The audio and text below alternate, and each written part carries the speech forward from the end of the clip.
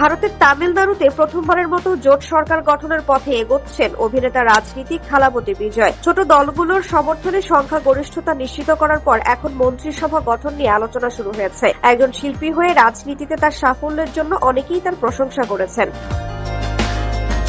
সম্প্রতি কারাগার থেকে মুক্তি পাওয়া ছোট পর্দার পরিচিত মুখ সিদ্দিকুর রহমানও বিজয়কে নিয়ে নিজস্ব অভিমত প্রকাশ করেছেন। সিদ্দিকুর রহমান বলেন, সবাই বলে যে শিল্পীদের আসলে রাজনীতিতে যাওয়া ঠিক না, এটার পক্ষে বিপক্ষে প্রচুর কথা আছে, কিন্তু আমি মনে করি ওই শিল্পীটার ভেতরের মানুষটা যদি মনুষ্যত্বহীন না হয়, যদি সামাজিক হয়, সেবকের চিন্তা ভাবনা থাকে, দেশকে ধারণ করার চিন্তা ভাবনা থাকে, সার্বভৌমত্ব রক্ষা করার চিন্তা করে এবং সত্যিকার অর্থে সেবক হিসেবে মানুষকে সেবা দিতে পারবে, সেই জায়গা থেকে পথে হাঁটা উচিত। আর যদি মনে হয় আমি সেই জায়গায় গিয়ে আমাকে আমি হিসেবে বিশ্বাস করি, আমি আমরাতে বিশ্বাস করব না, আমরাতে পরিণত হব না, আমার কি হলো, আমার কি পাওয়া দরকার, আমি কি পেয়েছি, এই শব্দগুলো যদি একটা শিল্পীর ভেতরে থাকে, সেই শিল্পীর রাজনীতিতে যাওয়া উচিত না।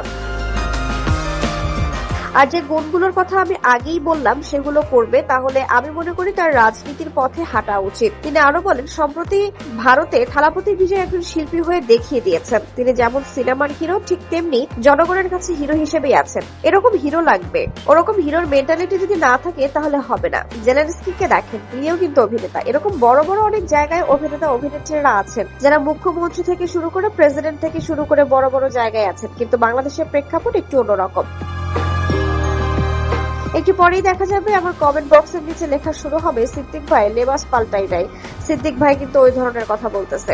আমি অবশ্যই ভেতরে আল্লাহকে ধারণ করি, আমি হেদায়েত প্রাপ্ত হয়েছি সেখান থেকে, সেটাকে আমি ধারণ করব। ওটা আমার মৃত্যুর পর পরের জীবনেও ধারণ করতে হবে। আর রাজনীতি যে কথাটা আমি বলছি, মৃত্যুর পরেও তো আমি ধারণ করতে পারবো, যদি আমি সত্যিকার অর্থে রাজনীতিটা ওই আল্লাহর হেদায়েতের জায়গা থেকে করি। যদি আমি হেদায়েত প্রাপ্ত হয়ে মানুষের জন্য করি, আমার জন্য না করি, তাহলেই হবে।